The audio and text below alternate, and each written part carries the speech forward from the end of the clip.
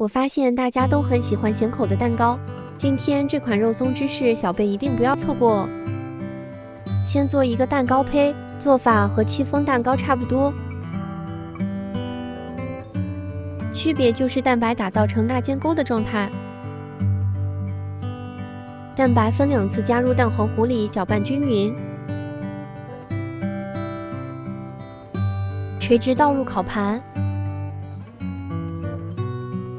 震动平整送入烤箱，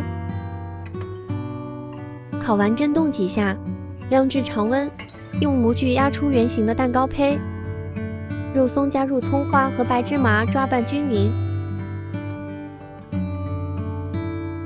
取一个蛋糕胚挤上沙拉酱抹匀，放一层火腿肠，再放一层芝士，用蛋糕胚盖住，周围都抹上沙拉酱，裹上一层肉松。